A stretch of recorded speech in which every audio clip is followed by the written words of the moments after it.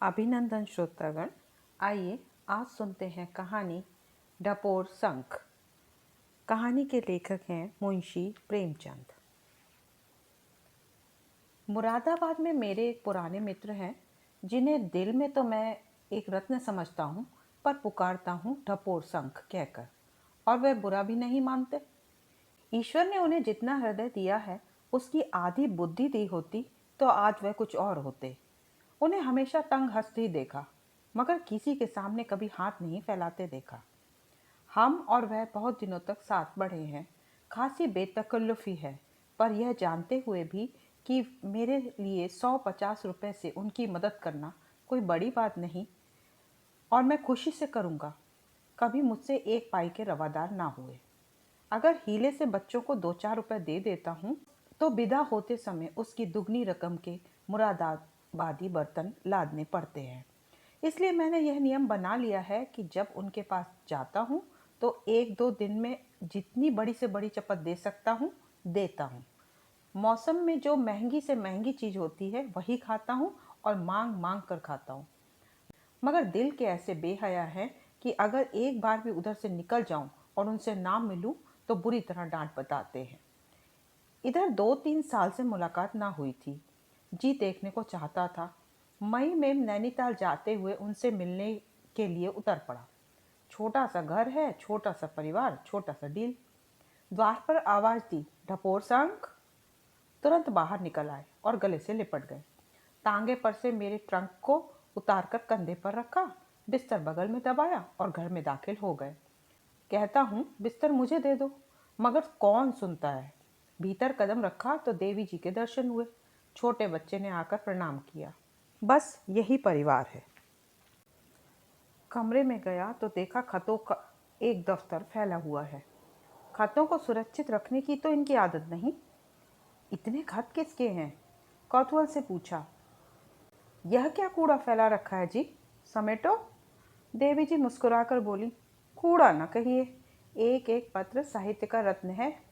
आप तो इधर आए नहीं, इनके एक नए मित्र पैदा हो गए हैं। यह उन्हीं के कर कमलों के प्रसाद हैं। ढपोर संत ने अपनी नन्ही नन्ही आंखें सिकोड़कर कहा, तुम उनके नाम से इतना जलती क्यों हो? मेरी समझ में नहीं आता। अगर तुम्हारे 200-400 रुपये उन पर आते हैं तो उसका देनदार मैं हूँ। वह भी अभी जीता जागता है। किसी को बेईमान क्यों समझती हो? यह क्यों नहीं समझती कि उसे अभी सुविधा नहीं है, और फिर 200-400 रुपये एक मित्र के हाथों डूब भी जाए तो क्यों रो? माना हम गरीब हैं, 200-400 रुपये हमारे लिए 2-4 लाख से कम नहीं, लेकिन खाया तो एक मित्र ने। देवी जी जितनी रूपवती थी उतनी ही जबान की तेज थी। बोली, अगर ऐसों का ही नाम मित्र है तो मैं नहीं समझती शत्रु किसे कहते हैं। डपोर संत ने मेरी तरफ देखकर मानो मुझसे हामी भराने के लिए कहा, औरतों का हृदय बहुत संकीर्ण होता है। देवी जी नारी जाति पर यह आक्षेप कैसे सह सकती थी? आंखें तरेर कर बोली, यह क्यों नहीं कहते कि उल्लू बनाकर ले गया, ऊपर से हेकड़ी जताते हो। दाल गिर जाने पर तुम्हें सूखा अच्छा लगे तो कोई आश्चर्य नहीं। मैं जानती हूँ रुपया हाथ का मैल है। यह भी समझती हूँ कि जिसके भाग्य में जितना होगा उतना ही खाता है, मगर यह मैं कभी ना मानूंगी कि वह सज्जन था और आदर्शवादी था और यह था वह था। साफ साफ क्यों नहीं कहते, लंपट था, दगाबाज था। बस, मेरा तुमसे कोई झगड़ा नहीं। डपोर संत ने गर्म होकर कहा, मैं यह नहीं मान सकता। देवी जी भी गर्म होकर बोली, तुम्हें मानना पड़ेगा। महाशय जी आ गए हैं, मैं इन्हें पंच बदती हूँ। अगर यह कह देंगे कि सज्जनता का पुतला था, आदर्शवादी था, वीरात्मा था, तो मैं मान लूंगी और फिर उसका नाम न लूंगी। यदि इनका फैसला मेरे अनुकूल हुआ तो लाला, तुम्हें इनको अपना बहनोई कहना पड़ेगा। मैंने पूछा, मेरी समझ में कुछ नहीं आ रहा, आप किसका जिक्र कर रही हैं? वह कौन था? देवी जी ने आंखें नचाकर कहा, इन्हीं से पूछो कौन था। इनका बहनोई था। डपोर संघ ने झेपकर कहा, अजी एक साहित्य सेवी था, करुणाकर जोशी। बेचारा विपत्ति का मारा यहाँ आ पड़ा था। उस वक्त तो यह भी भैया भैया करती थी, हलवा बना बना कर खिलाती थी। उसकी विपत्ति कथा सुनकर टेसवे बहाती थी और आज वह दगाबाज है, लंपट है, लबार है। देवी जी ने कहा, वह तुम्हारी खातिर थी। मैं समझती थी लेख लिखते हो, व्याख्यान देते हो, साहित्य के मर्मज्ञ हो, कुछ तो आदमी पहचानते होगे। पर अब मालूम हो गया कि कलम घिसना और बात है, मनुष्य की नाड़ी पहचानना और बात।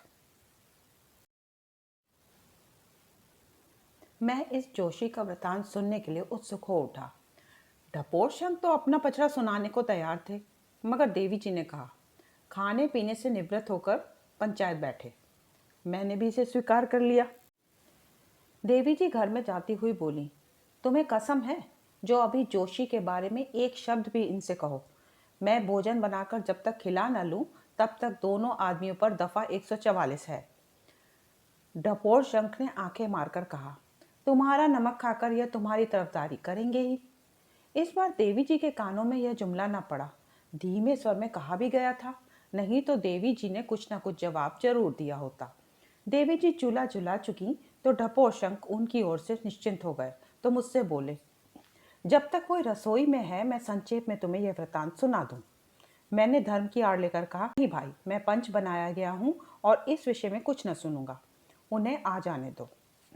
मुझे भय है कि तुम उन्हीं का सा फैसला कर दोगे, फिर वह मेरा घर में रहना अपाड़ कर देंगी।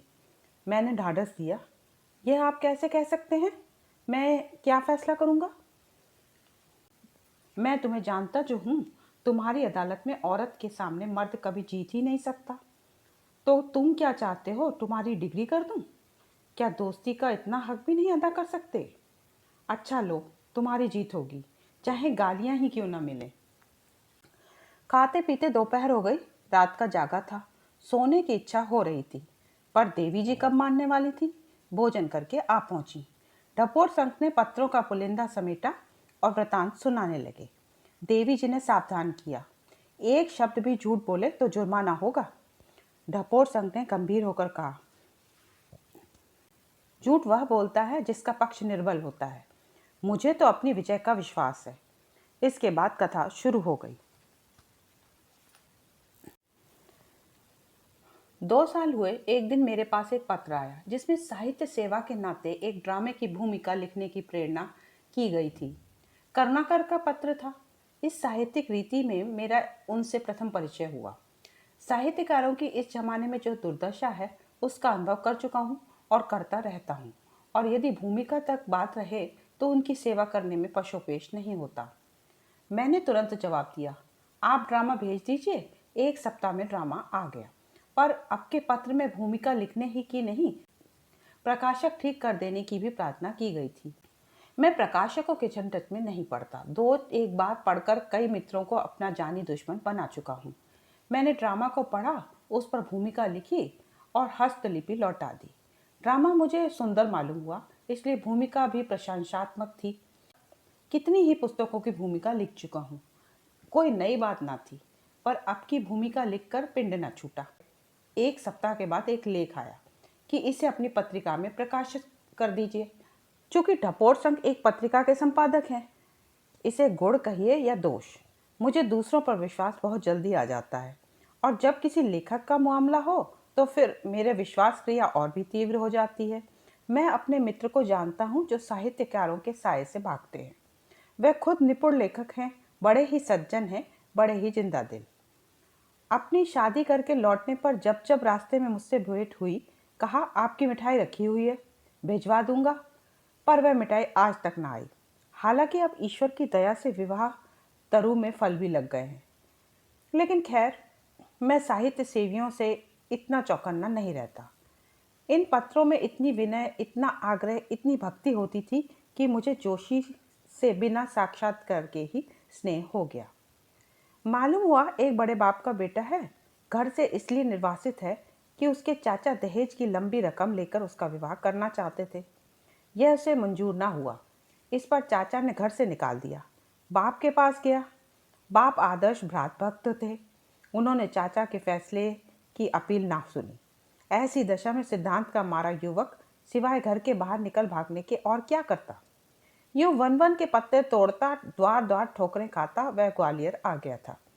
उस पर मंदाग्नि का रोगी, जीर्ण ज्वर से ग्रस्त। आप ही बतलाइए, ऐसे आदमी से क्या सहानुभूति ना होगी?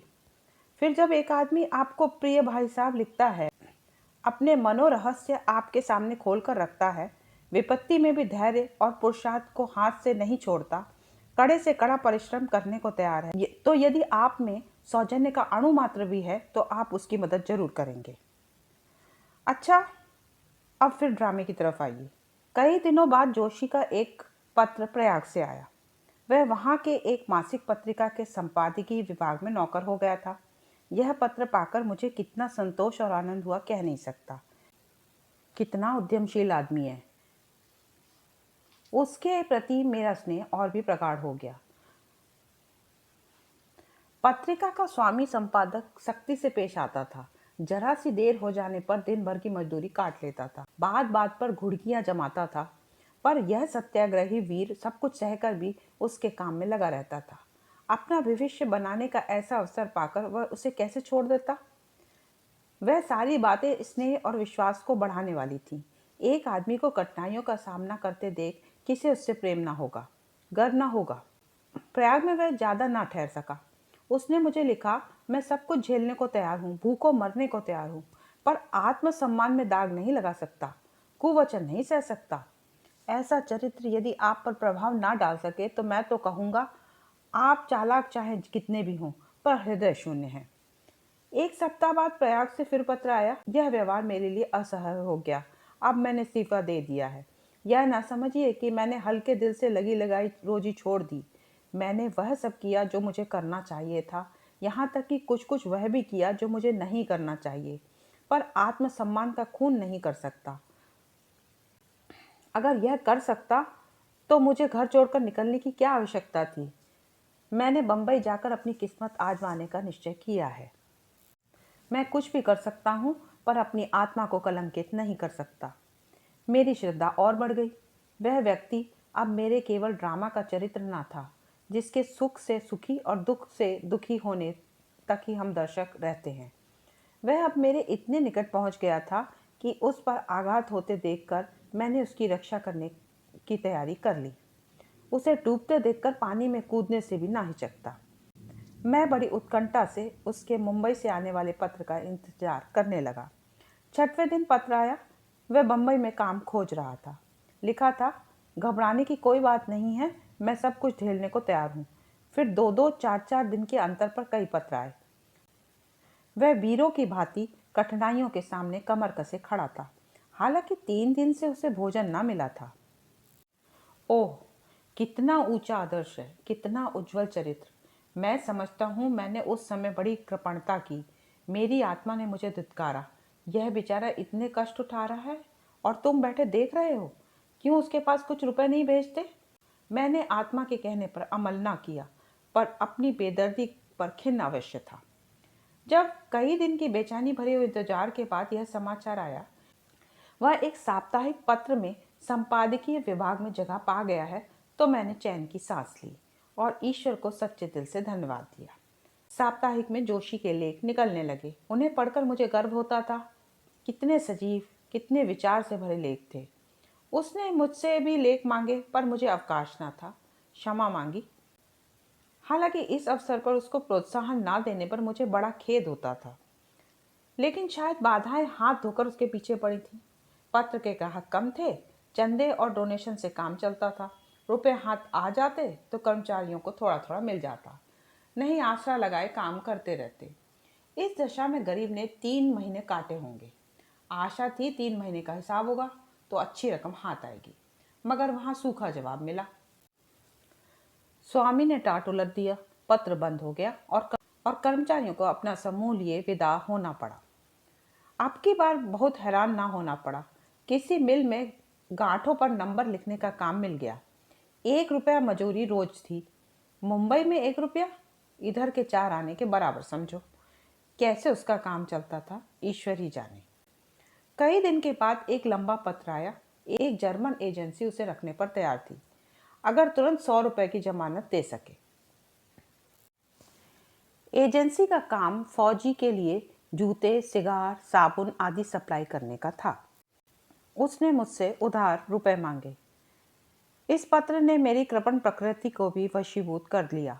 इच्छा हो जाने पर कोई ना कोई राह निकल आती है। मैंने रुपए भेजने का निश्चय कर लिया। अगर इतनी मदद से एक युवक का जीवन सुधर सकता है तो ऐसा कौन है जो मुंह छिपा ले। इससे बड़ा रुपयों का और क्या सदुपयोग हो सकता है। हिंदी के कलम घिसने वालों के पास इतनी बड़ी रकम जरा मुश्किल से ही निकलती है, पर संयोग से उस वक्त मेरे कोष में रुपए मौजूद थे। मैं इसके लिए अपनी कृपणता का ऋणी हूँ। देवी जी की सलाह ली, वह बड़ी खुशी से राजी हो गई। हालांकि अब सारा दोष मेरे ही सिर मढ़ा जाता है। कल रुपयों का पहुंचना आवश्यक था, नहीं तो अवसर हाथ से निकल जाएगा। मनी ऑर्डर 3 दिन में पहुंच। मैं तुरंत तारघर गया और तार से रुपए भेज दिए।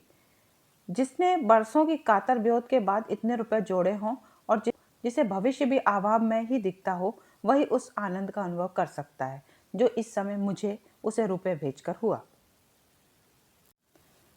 उस पत्र को मैं कभी न भूलूंगा जो धन्यवाद के रूप में चौथे दिन मुझे मिला। कैसे सच्चे उद्गार थे, एक एक शब्द अनुग्रह में डूबा हुआ। मैं उसे साहित्य की एक चीज समझता हूँ। देवी जी ने चुटकी ली। 100 रुपए में उससे बहुत अच्छा पत्र मिल सकता है। डपोर शंख ने कुछ जवाब न दिया। कथा कहने में तन्मय थे। बंबई में वह किसी प्रसिद्ध स्थान पर ठहरा था। केवल नाम और पोस्ट बॉक्स लिखने से ही पत्र मिल जाता था। वहां से कई पत्र आए। वह प्रसन्न था। देवी जी बोली, प्रसन्न क्यों ना होता? कंपेर में एक चिड़िया जो बैठ गई थी। डपोर संत ने चिढ़कर कहा, या तो तुम मुझे कहने दो या तुम कहो, बीच में बोलो मत। बंबई से कई दिन के बाद एक पत्र आया कि एजेंसी ने उसके व्यवहार से प्रसन्न होकर उसे काशी में नियुक्त कर दिया है और वह काशी आ रहा है। उसे वेतन के उपरांत भत्ता भी मिलेगा। काशी में उसके एक मौसा थे जो वहाँ के प्रसिद्ध डॉक्टर थे, पर वह उनके घर ना आकर अलग ठहरा। इससे उसके आत्मसम्मान का पता चलता है। मगर 1 महीने में काशी से उसका जी भर गया। शिकायत से भरे पत्र आने लगे। सुबह से शाम तक फौजी आदमियों की खुशामद करनी पड़ती है। सुबह का गया गया 10 बजे रात को घर आता हूँ। उस वक्त अकेला अंधेरा घर मेरा चित्त दुख से भर देता है। किससे बोलूँ, किससे हंसूँ? बाजार की पूरियां खाते खाते तंग आ चुका हूँ। मैंने समझा था अब कुछ दिन चैन से कटेंगे, लेकिन मालूम होता है मेरी किस्मत में ठोकरे खाना ही लिखा है। मैं इस तरह जीवित नहीं रह सकता। रात रात भर पड़ा रोता रहता हूँ आदि। मुझे इन पत्रों से वह अपने आदर्श से गिरता हुआ मालूम हुआ। मैंने उसे समझाया, लगी रोजी ना छोड़ो, काम किए जाओ। जवाब आया, मुझसे अब यहाँ नहीं रहा जाता। फौजियों का व्यवहार असह्य है। फिर मैनेजर साहब मुझे रंगून भेज रहे हैं और रंगून जाकर मैं बच नहीं सकता। मैं कोई साहित्यिक काम करना चाहता हूँ। कुछ दिन आपकी सेवा में रहना चाहता हूँ। मैं इस पत्र का जवाब देने जा ही रहा था कि फिर पत्र आया। मैं कल देहरादून एक्सप्रेस से आ रहा हूँ। और दूसरे दिन वह आ पहुंचा। दुबला सा आदमी, सांवला रंग, लंबा मुंह, बड़ी बड़ी आंखें, अंग्रेजी वेश, साथ में कई चमड़े के ट्रंक, एक सूटकेस, एक होल्डार। मैं तो उसका ठाट देखकर दंग रह गया। देवी जी ने टिप्पणी की, फिर भी तो ना चेते। मैंने समझा था गाढ़े का कुर्ता, चप्पल, ज्यादा से ज्यादा फाउंटेन पेन वाला आदमी होगा, मगर यह महाशय तो पूरे साहबहादुर निकले। मुझे इस छोटे से घर में उन्हें ठहराते हुए संकोच हुआ। देवी जी से बिना बोले ना रहा गया। आते ही श्री चरणों पर सिर तो रख दिया। अब और क्या चाहते थे? डपोर संघ अब की मुस्कुराए, देखो श्यामा, बीच बीच में टोको मत। अदालत की प्रतिष्ठा यह कहती है कि अभी चुपचाप सुनती जाओ। जब तुम्हारी बारी आए तो चाहे जितना कहना। फिर सिलसिला शुरू हुआ। था तो वह दुबला पतला मगर बड़ा फुर्तीला, बातचीत में बड़ा चतुर। एक जुमला अंग्रेजी बोलता, एक जुमला हिंदी, और हिंदी अंग्रेजी की खिचड़ी बोलते हैं, जैसे आप जैसे सभी लोग बोलते हैं। बातचीत शुरू हुई। आपके दर्शनों की बड़ी इच्छा थी। मैंने जैसा अनुमान किया था वैसा ही आपको देखा। बस अब मालूम हो रहा है कि मैं भी आदमी हूँ। इतने दिनों तक कैदी था। मैंने कहा, तो इस्तीफा क्यों दे दिया? नहीं, अभी तो छुट्टी लेकर आया हूँ। अभी इस महीने का वेतन भी नहीं मिला। मैंने लिख दिया है यहाँ के पते पर भेज दें।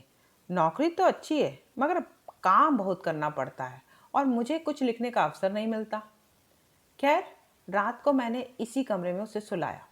दूसरे दिन यहाँ एक होटल में प्रबंध कर दिया। होटल वाले पेशगी रुपए ले लेते हैं। जोशी के पास रुपए ना थे। मुझे 30 रुपए देने पड़े। मैंने समझा इसका वेतन तो आता ही होगा, ले लूँगा। यहाँ मेरे एक माथुर मित्र हैं, उनसे भी मैंने जोशी का जिक्र किया था। उनके आने की खबर पाते ही होटल दौड़े। दोनों में दोस्ती हो गई। जोशी 2-3 बार दिन में, एक बार रात को जरूर आते और खूब बातें करते। देवी जी उनको हाथों पर लिए रहती। कभी उनके लिए पकौड़ियाँ बन रही हैं, कभी हलवा। जोशी हरफन मौला था।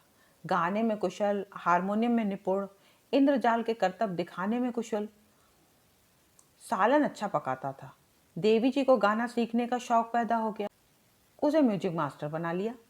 देवी जी मुंह फुलाकर बोली, तो क्या मुफ्त में हलवा, पकौड़ियाँ और पान बना बना कर खिलाती थी? 1 महीना गुजर गया था, जोशी का वेतन ना आया। मैंने पूछा भी नहीं। सोचा अपने दिल से समझेगा। अपने होटल वाले रुपयों का तकाजा कर रहे हैं। माथुर के घर भी उसने आना जाना शुरू कर दिया। दोनों साथ घूमने जाते, साथ रहते। जोशी जब आते माथुर का बखान करते, माथुर जब आते जोशी की तारीफ करते। जोशी के पास अपने अनुभवों का विशेष भंडार था। वह फौज में रह चुका था। जब उसकी मंगेतर का विवाह दूसरे आदमी से हो गया तो शोक में उसने फौजी नौकरी छोड़ दी थी। सामाजिक जीवन की ना जाने कितनी घटनाएं उसे याद थीं, और जब अपने माँ बाप और चाचा चाची का जिक्र करने लगता तो उसकी आंखों में आंसू भर। देवी जी भी उसके साथ रोती। देवी जी तिरछी आंखों से देखकर रह गईं। बात सच्ची थी। एक दिन मुझसे अपने एक ड्रामे की बड़ी तारीफ की। वह ड्रामा कलकत्ते में खेला गया और मदन कंपनी के मैनेजर ने उसे बधाइयाँ दी थी। ड्रामे में 2-4 टुकड़े जो उसके पास पड़े थे मुझे सुनाए। ड्रामा बहुत पसंद आया। उसने काशी के एक प्रकाशक के हाथ वह ड्रामा बेच दिया था, और कुल 25 रुपये पर। मैंने कहा, उसे वापस मांग लो, रुपए मैं दे दूंगा। ऐसी सुंदर रचना किसी अच्छे प्रकाशक को देंगे या किसी थिएटर कंपनी में खिलवाएंगे। 3-4 दिन के बाद मालूम हुआ कि प्रकाशक अब 50 रुपये लेकर लौट आएगा। कहता है कि मैं इसका कुछ अंश छपा चुका हूँ।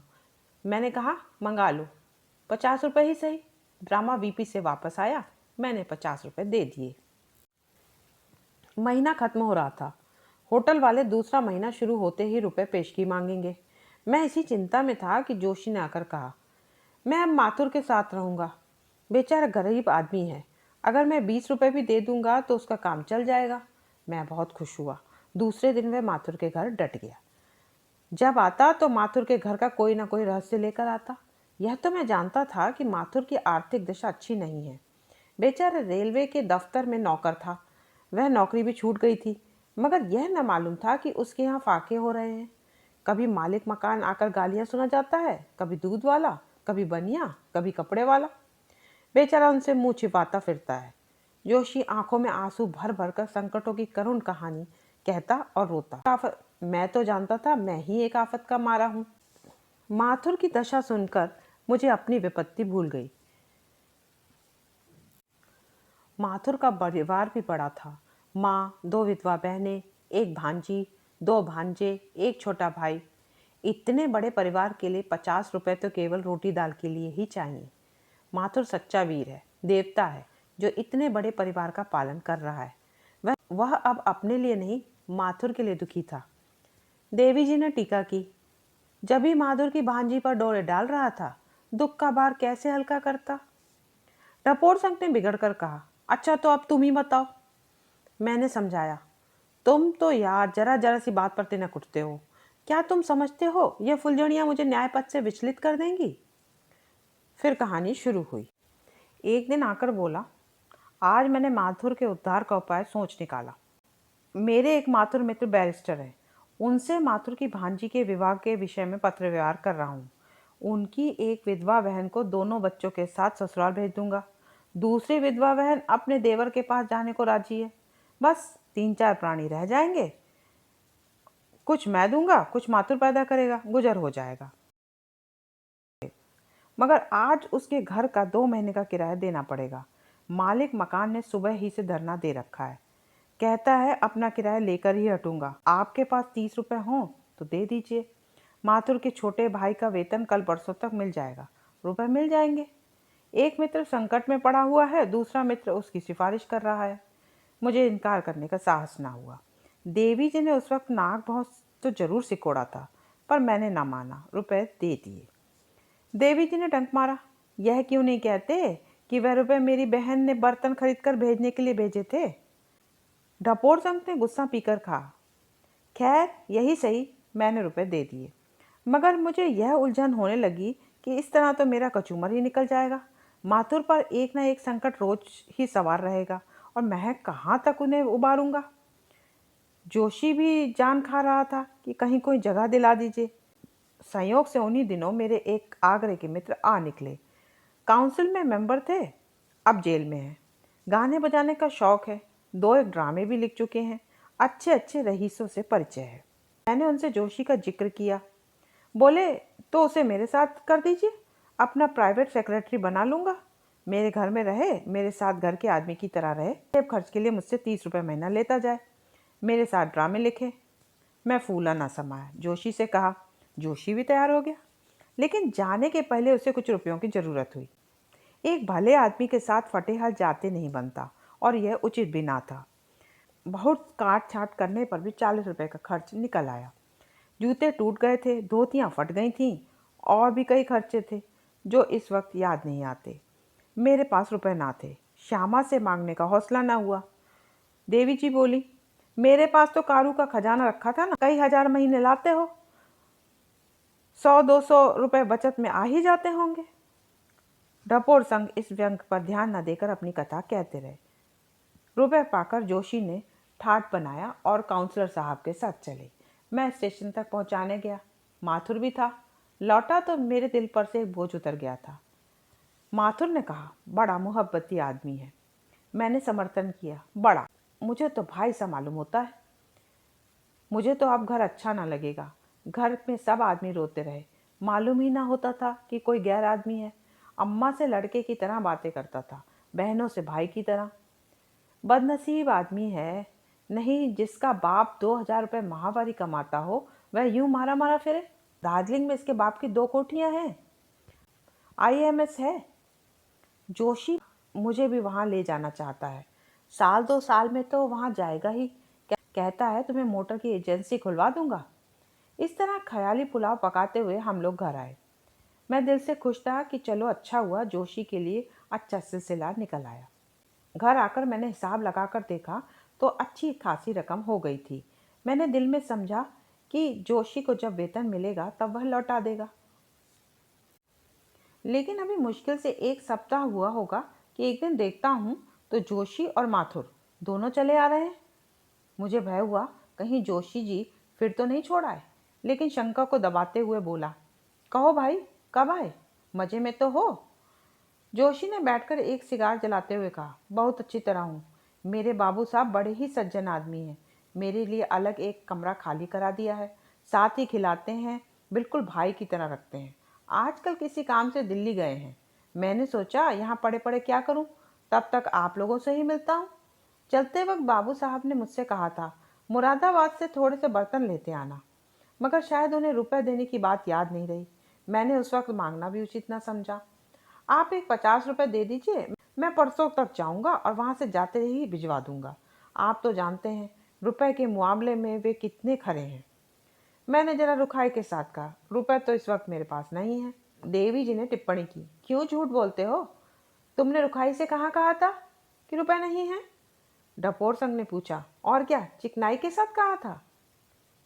देवी जी, तो फिर कागज के रुपए क्यों दे दिए थे, बड़ी रुखाई करने वाले। डपोर संघ, अच्छा साहब, मैंने हंसकर रुपए दे दिए, बस अब खुश हुई। तो भाई मुझे बुरा तो लगा, लेकिन अपने सज्जन मित्र का वास्ता था। मेरे ऊपर बेचारे बड़ी कृपा रखते थे। मेरे पास पत्रिका का कागज खरीदने के लिए 50 रुपये रखे हुए थे, वह मैंने जोशी को दे दिए। शाम को माथुर ने आकर कहा, जोशी तो चले गए, कहते थे बाबू साहब का तार आ गया है। बड़ा उदार आदमी है, मालूम ही नहीं होता कोई बाहरी आदमी है। स्वभाव भी बालकों का सा है। भांजी की शादी तय करने को कहते थे। लेन देन का भी कोई जिक्र नहीं है, पर कुछ नज़र तो देनी ही पड़ेगी। बैरिस्टर साहब जिनसे विवाह हो रहा है दिल्ली के रहने वाले हैं, उनके पास जाकर नज़र देनी होगी। जोशी जी चले जाएंगे। आज मैंने रुपए भी दे दिए। चलिए, एक बड़ी चिंता सिर से टली। मैंने पूछा, रुपए तो तुम्हारे पास ना होंगे। माथुर ने कहा, रुपए कहाँ थे साहब, एक महाजन से स्टाम्प लिख कर लिए, 2 रुपए सैकड़ा सूद पर। देवी जी ने क्रोध भरे स्वर में कहा, मैं तो उस दुष्ट को पा जाऊं तो मुंह नोच लूं। पिशाच ने इस गरीब को भी न छोड़ा। डपोर संग बोला, यह क्रोध तो आपको अब आ रहा है ना? तब तो आप भी समझती थी कि जोशी दया और धर्म का पुतला है। देवी जी ने विरोध किया, मैं उसे पुतला वुतला नहीं समझती। हाँ, तुम्हारी तकलीफों के बुलावे में पड़ जाती थी। डपोर संग, तो साहब इस तरह कोई 2 महीने गुजरे। इस बीच में तो जोशी 2-3 बार आए, मगर मुझसे कुछ मांगा नहीं। हाँ, अपने बाबू साहब के संबंध में तरह तरह की बातें की, जिनसे मुझे 2-4 गल्प लिखने की सामग्री मिल गई। मई का महीना था। एक दिन प्रातःकाल जोशी आ पहुंचे। मैंने पूछा तो मालूम हुआ उनके बाबू साहब नैनीताल चले गए। इन्हें भी लिए जाते थे, पर उन्होंने हम लोगों के साथ यहाँ रहना अच्छा समझा और चले आए। देवी जी ने फुलझड़ी छोड़ी। कितना त्यागी था बेचारा, नैनीताल की बाहर छोड़कर यहाँ गर्मी में प्राण देने चला आया। डपोर संघ ने उसकी ओर कुछ ध्यान न देकर कहा। मैंने पूछा, कोई नई बात तो नहीं हुई वहाँ? हंसकर कहा, भाग्य में तो नई नई विपत्तियां लिखी हैं, उनसे कैसे बच सकता हूँ। एक दिन यमुना किनारे सैर करने चला गया। वहाँ तैराकी का मैच था। बहुत से आदमी तमाशा देखने आए हुए थे। मैं भी एक जगह खड़ा होकर देखने लगा। मुझसे थोड़ी दूर पर एक और महाशय एक युवती के साथ खड़े थे। मैंने बातचीत की तो मालूम हुआ मेरी ही बिरादरी के हैं। यह भी मालूम हुआ कि मेरे पिता और चाचा दोनों ही से उनका परिचय है। मुझसे स्नेह की बातें करने लगे। तुम्हें इस तरह ठोकर खाते तो बहुत दिन हो गए, क्यों नहीं चले जाते अपने माँ बाप के पास? माना कि उनका लोक व्यवहार तुम्हें पसंद नहीं, लेकिन माता पिता का पुत्र पर कुछ ना कुछ अधिकार तो होता है। तुम्हारी माता जी को कितना दुख हो रहा होगा। सहसा एक युवक किसी तरह से आ गया और वृद्ध महाशय तथा युवती को देखकर बोला, आपको शर्म नहीं आती? आप अपनी युवती कन्या को इस तरह मेले में लिए खड़े हैं। वृद्ध महाशय का मुंह जरा सा निकल आया और युवती तुरंत घूंघट निकालकर पीछे हट गई। मालूम हुआ कि उसका विवाह इसी युवक से ठहरा हुआ है। वृद्ध उदार सामाजिक विचारों के आदमी थे, पर्दे के कायल ना थे।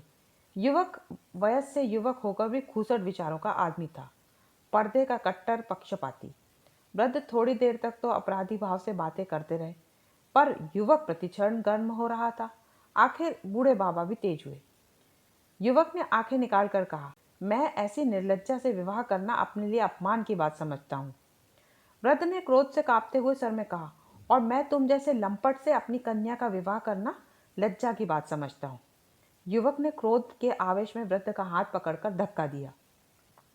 बातों से ना जीतने पर अब हाथों से काम लेना चाहता था। वृद्ध धक्का खाकर जमीन पर गिर पड़े। मैंने लपक कर उन्हें उठाया और युवक को डांटा। वृद्ध को छोड़कर मुझसे लिपट गया और उसने मुझे जमीन पर गिरा दिया और मेरा गला दबाने लगा। कई आदमी जमा हो गए। जब तक कुश्ती होती रही, लोग कुश्ती का आनंद उठाते रहे, लेकिन जब देखा मामला संगीन हुआ चाहता है तो तुरंत बीच बचाव कर दिया।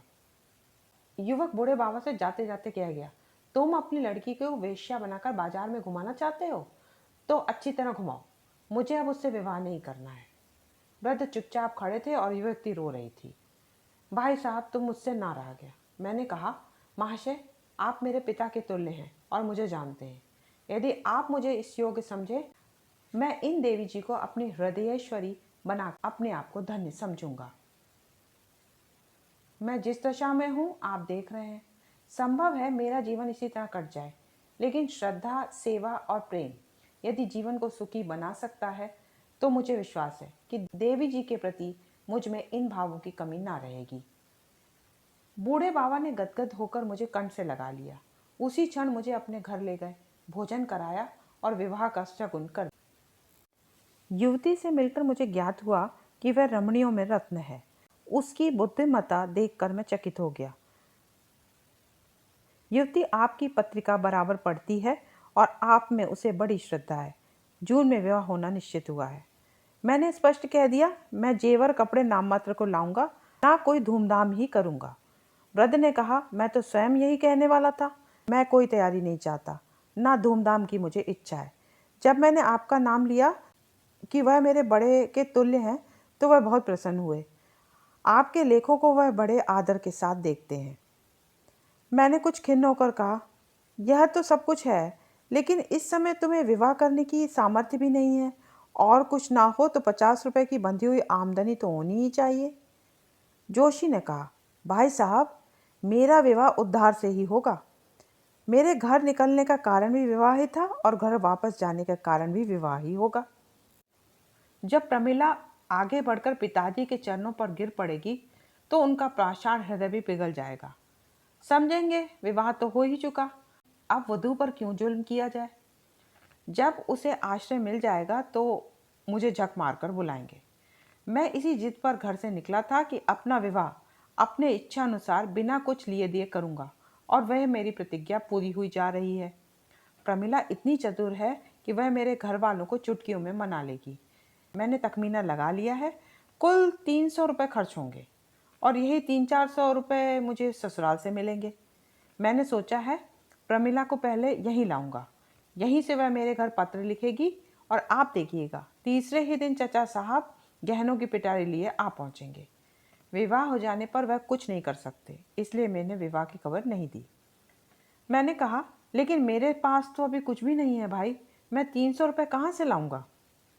जोशी ने कहा, 300 रुपये नकद थोड़े ही लगेंगे, कोई 100 रुपये के कपड़े लगेंगे, 100 रुपये की 2 एक सुहाग की चीज़ें बनवा लूँगा और 100 रुपये राह खर्च समझ लीजिए।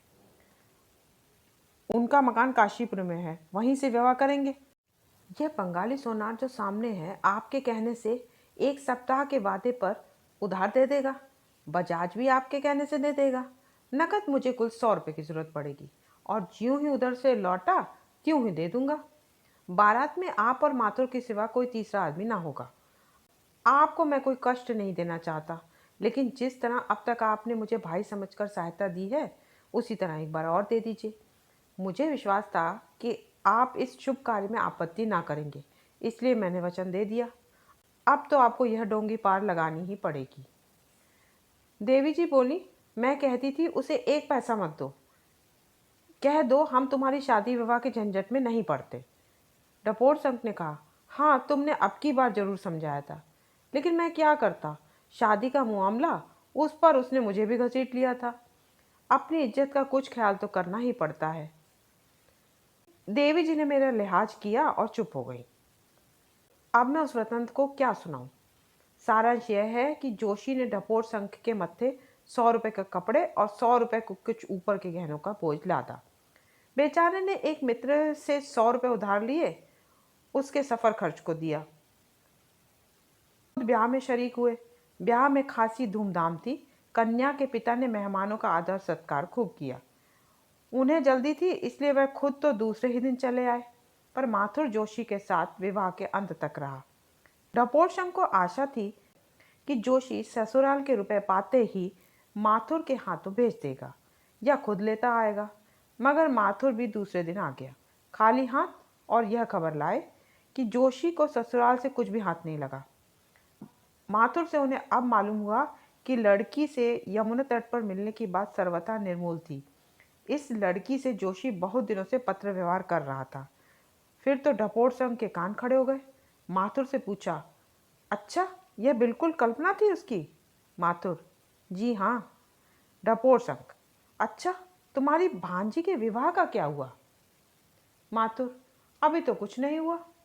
डपोर संघ, मगर जोशी ने कई महीने तक तुम्हारी सहायता तो खूब की। माथुर, मेरी सहायता वह क्या करता। हाँ, दोनों जून भोजन भले ही कर लेता था। डपोर संघ, तुम्हारे नाम पर उसने मुझसे जो रुपए लिए थे वह तो तुम्हें दिए होंगे। माथुर, क्या मेरे नाम पर कुछ रुपए भी लिए थे। डपोर संघ, हाँ भाई, तुम्हारे घर का किराया देने के लिए ही तो ले गया था। माथुर, सरासर बेईमानी, मुझे उसने 1 पैसा भी नहीं दिया, उल्टे और एक महाजन से मेरे नाम पर 100 रुपए का स्टाम्प लिखाकर रुपए ले लिए। मैं क्या जानता था कि धोखा दे रहा है। स्वयं से उसी वक्त आगरे के वह सज्जन आ गए जिनके पास जोशी कुछ दिनों रहा था। उन्होंने माथुर को देखकर पूछा, अच्छा आप अभी जिंदा हैं। जोशी तो कह रहा था माथुर मर गया। माथुर ने हंसकर कहा, मेरे तो सिर में दर्द भी नहीं हुआ। डपोर संत ने पूछा, अच्छा आपके मुरादाबादी बर्तन तो पहुंच गए। आगरा निवासी मित्र ने कौतूहल से पूछा, कैसे मुरादाबादी बर्तन। वही जो आपने जोशी की मार्फत मंगवाए थे। मैंने कोई चीज़ उसकी मार्फत नहीं मंगवाई। मुझे ज़रूरत होती तो मैं आपको सीधा ना लिखता। माथुर ने हंसकर कहा। तो यह रुपए भी उसने हजम कर लिए। आगरा निवासी मित्र बोले, मुझसे भी तो तुम्हारी मृत्यु के बहाने 100 रुपये लाया था। वह तो एक ही जालिया निकला। उफ, बड़ा चकमा दिया इसने। जिंदगी में यह पहला मौका है कि मैं यूं बेवकूफ़ बना। बच्चा को पा जाऊं तो 3 साल को भिजवाऊं। कहाँ है आजकल? माथुर ने कहा, अभी तो ससुराल में है। डपोर संघ का वृतांत समाप्त हो गया। जोशी ने उन्हीं को नहीं, माथुर जैसे और गरीब आगरा निवासी सज्जन जैसे घाक को भी उल्टे छुरे से मूड़ा। और अगर भांडा न फूट गया होता तो अभी ना जाने कितने दिनों तक मूड़ता। उसकी इस मौलिक चालों पर भी मैं मुग्ध हो गया। बेशक अपने फन का उस्ताद है, छटा हुआ गुर्गा। देवी जी बोली, सुन ली आपने सारी कथा? मैंने डरते डरते कहा, हाँ सुन तो ली। अच्छा, तो अब आपका क्या फैसला है? देवी जी डपोर संघ जी की ओर देखते हुए बोली, इन्होंने घोंघापन किया या नहीं? जिस आदमी को एक एक पैसे के लिए दूसरों का मुंह ताकना पड़े, वह घर के 500-600 रुपए इस तरह उड़ा दे। इसे आप इनकी सज्जनता कहेंगे या बेवकूफ़ी? अगर इन्होंने यह समझकर रुपए दिए होते कि पानी में फेंक रहा हूँ तो मुझे कोई आपत्ति ना थी, मगर यह बराबर इस धोखे में रहे और मुझे भी उसी धोखे में डालते रहे कि वह घर का मालदार है और मेरे सब रुपए लौटा देगा और साथ ही अच्छा सलूक करेगा। जिसका बाप 2000 रुपये महीना पाता हो, जिसके चाचा की आमदनी 1000 रुपये मासिक हो और 1 लाख की जायदाद हो, तो वह रुपए क्यों नहीं लौटा देगा? मैं अगर कभी मना भी कर दी तो आप बिगड़ जाते और उदारता का उपदेश देने लगते थे। यह मैं स्वीकार करती हूँ कि मैं शुरू में धोखे में आ गई थी, मगर पीछे से मुझे उसका संदेह होने लगा था और विवाह के समय तो मैंने जोर देकर कहा था कि अब 1 पाई भी ना दूंगी। पूछिए, झूठ कहती हूँ या सच? फिर अगर मुझे धोखा हुआ तो मैं घर में रहने वाली स्त्री हूँ, मेरे धोखे में आ जाना क्षम्य है। मगर यह जो लेखक और विचारक हैं और उपदेशक बनते हैं, यह क्यों धोखे में आए? और जब मैंने समझाती थी तो यह क्यों अपने को बुद्धिमत्ता का अवतार समझकर मेरी बातों की उपेक्षा करते थे? देखिए, रू रियायत न कीजिएगा, नहीं मैं बुरी तरह खबर लूंगी। मैं निष्पक्ष न्याय चाहती हूँ। डपोर संघ ने दर्दनाक आंखों से मेरी तरफ देखा, जो मानो भिक्षा मांग रही थी। उसी के साथ देवी जी की आग्रह, आदेश और गर्व से भरी आंखें ताक रही थी। एक को अपनी हार का विश्वास था, दूसरे को अपनी जीत का।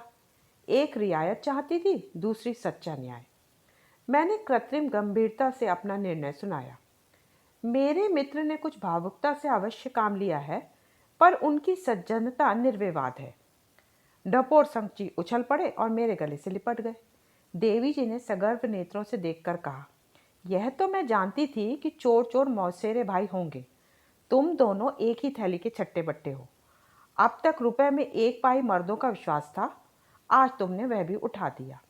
आज निश्चय हुआ कि पुरुष छली, कपटी, विश्वासघाती और स्वार्थी होते हैं। मैं इस निर्णय को नहीं मानती। मुफ्त में ईमान बिगाड़ना इसी को कहते हैं। भला मेरा पक्ष लेते तो अच्छा भोजन मिलता, उनका पक्ष लेकर आपको सड़े सिगरेटों के सिवा और क्या हाथ लगेगा? खैर, हांडी गई, कुत्ते की जात तो पहचानी गई। उस दिन से 2-3 बार देवी जी से भेंट हो चुकी है और वह वही फटकार सुनाती हैं। वह न क्षमा चाहती हैं न क्षमा कर सकती हैं। कहानी सुनने के लिए बहुत बहुत धन्यवाद श्रोतागण। कृपया मेरी कहानी को लाइक करें और मेरे चैनल को सब्सक्राइब अवश्य करें।